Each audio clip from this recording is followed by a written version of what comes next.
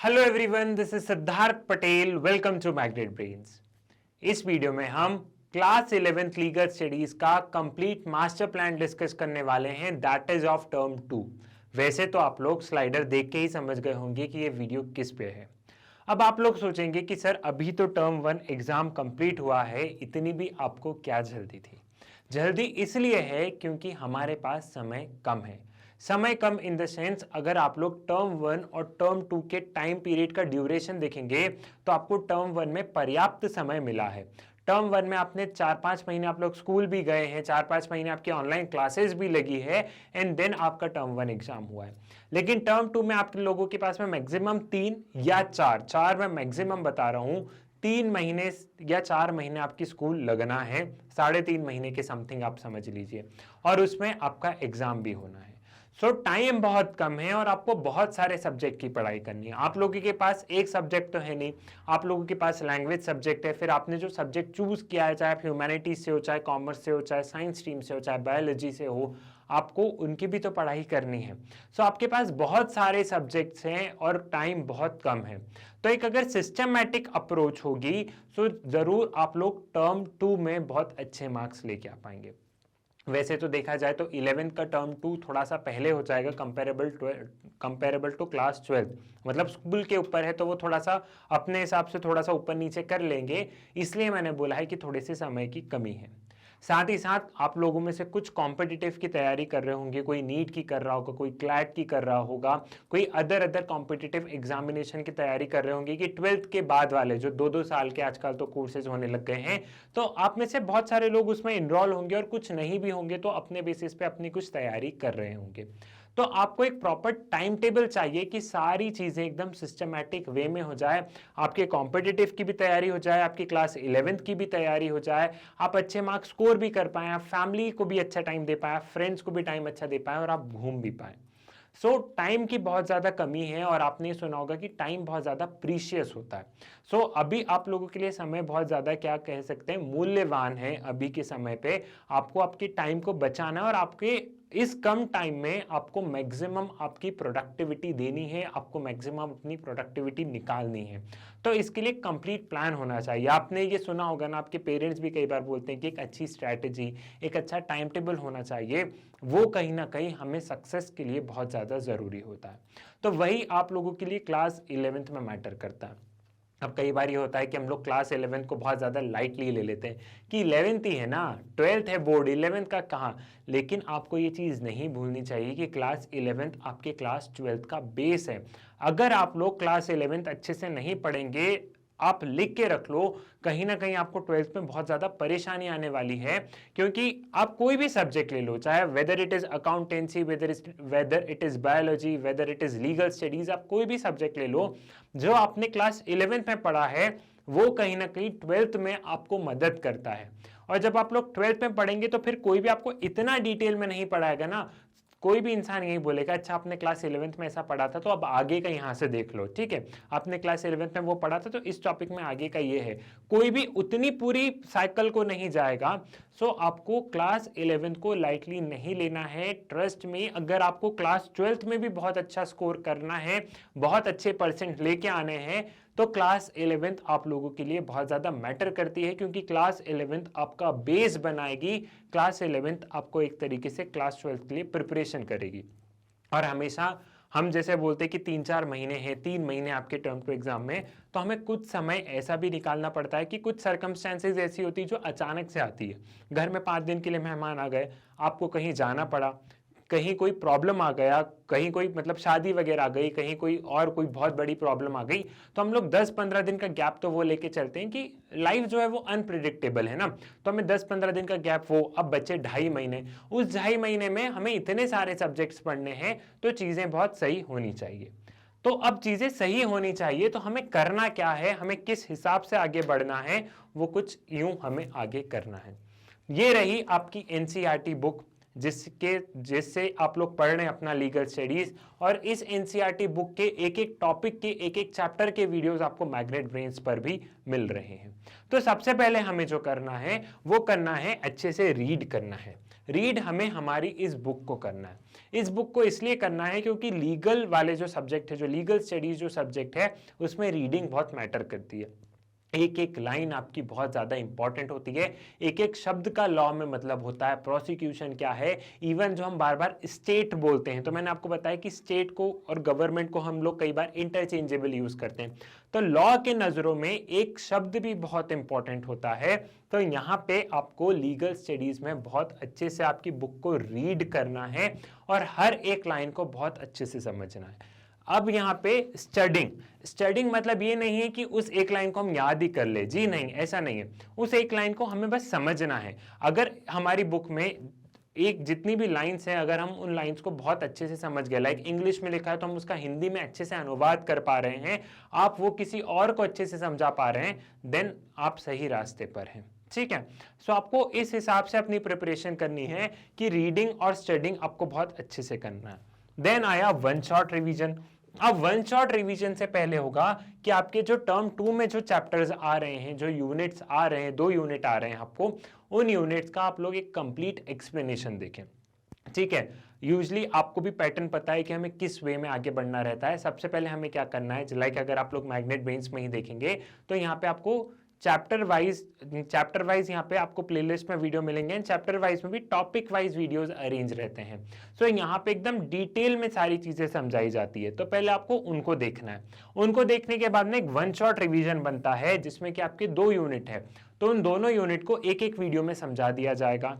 अब वो एक तरीके से क्या है, वो एक तरीके से रिवीजन ही है कि आपने पूरा पढ़ लिया है, आपने सारी चीजें बहुत अच्छे से कवर अप कर ली है, अब बस आप रिवाइज करना चाहते हो, तो इट इज व्हाट, ये एक तरीके से रिवीजन ही है कि आप बस आप अब चीजों को बस रिवाइज करना चाहते हैं। तो वो एक जो चैप्टर 4 घंटे में आपने ऐसे पढ़ा है, वो आप 1 घंटे में उसको कैसे रिवाइज करोगे। सो वन शॉट रिवीजन भी आपको मैग्नेट ब्रेन्स में मिलेगा।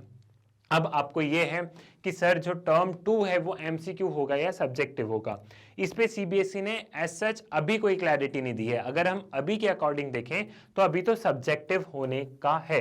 सब्जेक्टिव होने का अगर आपको पता है तो सीबीएसई ने स्टार्टिंग में ही बोला था कि अगर कंट्री में कोविड की सिचुएशन अच्छी रहती है देन एग्जाम सब्जेक्टिव होंगे, लेकिन बाय चांस अगर कोविड वाली सिचुएशन वापस कंट्री में खराब हो जाती, वापस कोविड आ जाता है, वापस कोरोना आ जाता है, देन एग्जाम जो होंगे वो एमसीक्यू फॉर्मेट में होंगे। तो आज की तारीख में हम लोग देखें तो चीजें वेल एंड गुड है, मतलब ठीक ठाक है, चीजें संभली हुई है।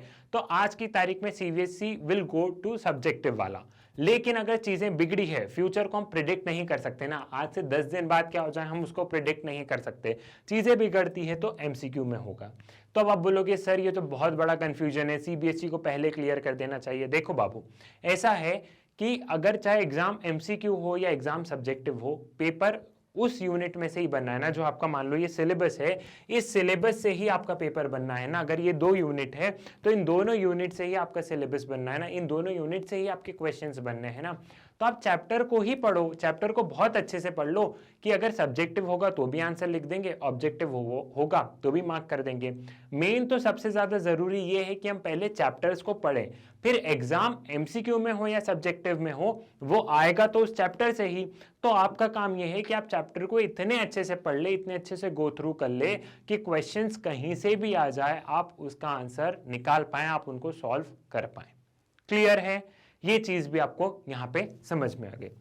देन हम लोग सैंपल पेपर वगैरह सॉल्व करेंगे, बहुत सारे सैंपल पेपर सॉल्व करेंगे, सीबीएसई की तरफ से इशू किए गए होंगे तो उनको भी करेंगे, वो नहीं देंगे तो हम लोग हमारे मतलब बहुत सारे सैंपल पेपर्स आप लोगों के लिए बनाए जाएंगे, बहुत सारे क्वेश्चंस पेपर आप लोगों के लिए बनाए जाएंगे, तो उन तमाम चीज़ों को हम लोग सॉल्व करेंगे। टर्म 1 में तो ऐसी चीज़ें हुई नहीं थी, लेकिन टर्म 2 में क्योंकि आपका सिलेबस ही देखो बहुत कम सिलेबस है, ज़्यादा टाइम नहीं लगेगा।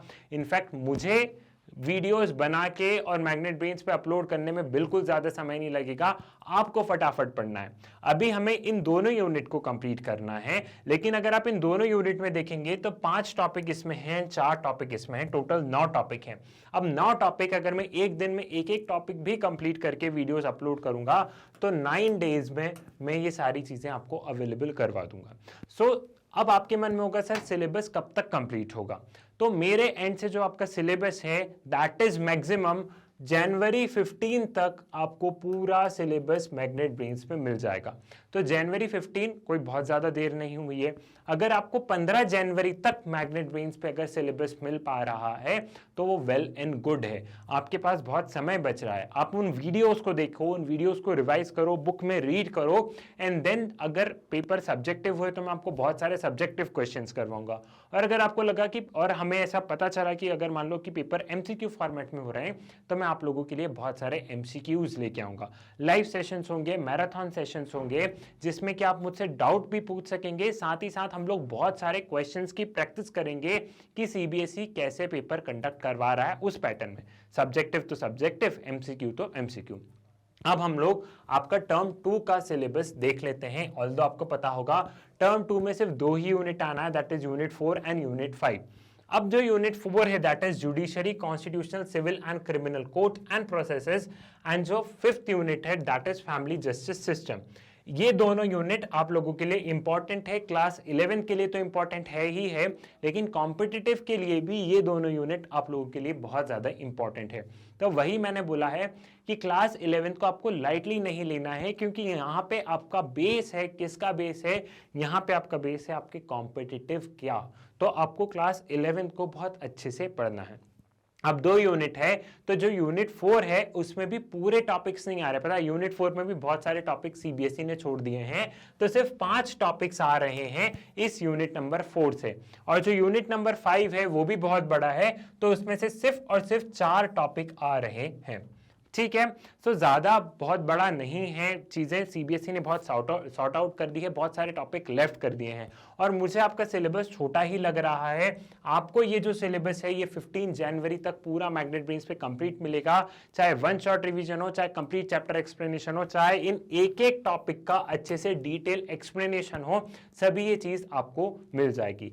यहाँ पे जो एक यूनिट है वो 20 मार्क्स का है, और जो दूसरा यूनिट है वो भी 20 मार्क्स का है, and 10 marks is of your project. तो टोटल ऐसे होते हैं आपके 50 मार्क्स। क्लियर है? क्लास 11 को इग्नोर नहीं किया। आप सोचोगे कि सर क्लास 12 पे फोकस कर रहे हैं, ऐसा नहीं है।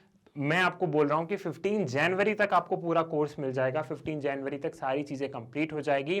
उसके बाद में आपके टेस्ट सीरीज लेके आऊंगा, मैं आप लोगों से बहुत सारे टेस्ट पेपर प्रैक्टिस करवाऊंगा, लाइव सेशंस होंगे, वन शॉट रिवीजन्स आपको मिल जाएंगे जिनको कि आप रिवाइज कर सकते हैं, और सारी चीजें बहुत अच्छे से हो जाएंगी। ठीक है, तो ये वाली जो चीजें थी, reading, studying, one shot revision, MCQ, subjective sample paper, ये यहां तक की चीजें तो आपको 15 जनवरी तक मिल जाएगी। अब 15 जनवरी के बाद में हमारा क्या काम होगा? 15 जनवरी के बाद में हमारा काम होगा एमसीक्यू और सब्जेक्टिव क्वेश्चन पे फोकस करना, जो भी सीबीएसई बताता है, एंड देन सैंपल पेपर पे फोकस करना। सो 15 जनवरी तक हमें ये सारी चीजें करनी है, एंड देन उसके नेक्स्ट 15 डेज में हमें ये वाली चीजें करनी है। तो घबराने की कोई बात है नहीं। जब हम लोग साथ में हैं तो हम सारी चीज़ें बहुत अच्छे से कंप्लीट कर लेंगे। सारी चीज़ें आपको मैग्नेट ब्रेन्स में मिल जाएगी, आपको कहीं और जाने की भी आवश्यकता नहीं है, और टाइम टू टाइम आपको चीज़ें डिलीवर होगी, चीज़ें उससे एक्सीड नहीं होगी चीज़ें, और जो सिलेबस है वो आपका समय पे करवा दिया जाएगा। तो घबराने वाली कोई बात नहीं है, आपको बस अच्छे से पढ़ना है। तब तक आप लोग अपनी एनसीईआरटी बुक रीड कीजिए। हम लोग 1-2 दिन में क्लास 11th स्टार्ट करने वाले हैं, और आपके दोनों यूनिट्स बहुत जल्दी खत्म हो जाएंगे। So time to time syllabus होगा। बस मेरी आपसे ये रिक्वेस्ट है कि आपको भी अपने एंड पे चीज़ें करनी होगी। अगर आपने समय को वेस्ट कर दिया तो एट लास्ट आप लोग पछताओगे, और एग्जाम के पहले जो डर होता है ना, वो एक डर अलग लेवल का होगा। सो आपको चीज़ें अच्छे से करना है। माइंड माय वर्ड्स, ये जो चैप्टर है ये कॉम्पिटिटिव के लिए भी हेल्पफुल है, तो लीगल स्टडीज को लाइटली नहीं लेना है। आपको इन यूनिट्स को बहुत अच्छे से करना है। आगे अगर आप लोग क्लैट या कुछ और एग्जाम की सोच रहे हैं तो यहाँ से क्वेश्चंस आएंगे आप लोगों के उसमें। सो आप इनको बहुत अच्छे से करना है हमें, और आपको यहाँ पे डिटेल एक्सप्लेनेशन मिल जाएगी। आपको पूरा मास्टर प्लान का मैंने बता दिया है कि कैसे कंप्लीट करेंगे, आप लोगों को कैसे पढ़ना है। घबराने वाली बात नहीं है, सारी चीज़ें टाइम पे हो जाएगी। आप लोग अपनी पढ़ाई करते रहिए। इसी के साथ मेरी मुलाकात होगी आपसे नेक्स्ट वीडियो में। नेक्स्ट वीडियो में हम लोग हमारा क्लास 11 के कुछ टॉपिक्स वगैरह, हम लोग हमारा यूनिट के बारे में हमारी पढ़ाई स्टार्ट करेंगे। मैग्नेट ब्रेन्स एक ऐसा चैनल है जहां पे क्लास केजी से लेके क्लास 12 तक पढ़ाया जाता है, और टर्म 2 की सारी चीज़ें आपको मैग्नेट ब्रेन्स पर मिल जाएगी। किसी भी सब्जेक्ट का टर्म 2 का सारा मटेरियल आपको मैग्नेट ब्रेन्स में मिलेगा। तो आप लोग ज्यादा से ज्यादा मैग्नेट ब्रेन्स के बारे में बताइए और इन टर्म 2 के वीडियोस को शेयर कीजिए, अपने फ्रेंड्स को बताइए, भाई बहनों को बताइए, उनके साथ इन वीडियोस को शेयर कीजिए। साथ ही साथ वीडियो को लाइक कीजिए, चैनल को सब्सक्राइब कीजिए। मुलाकात होगी आपसे नेक्स्ट वीडियो में, तब तक के लिए धन्यवाद।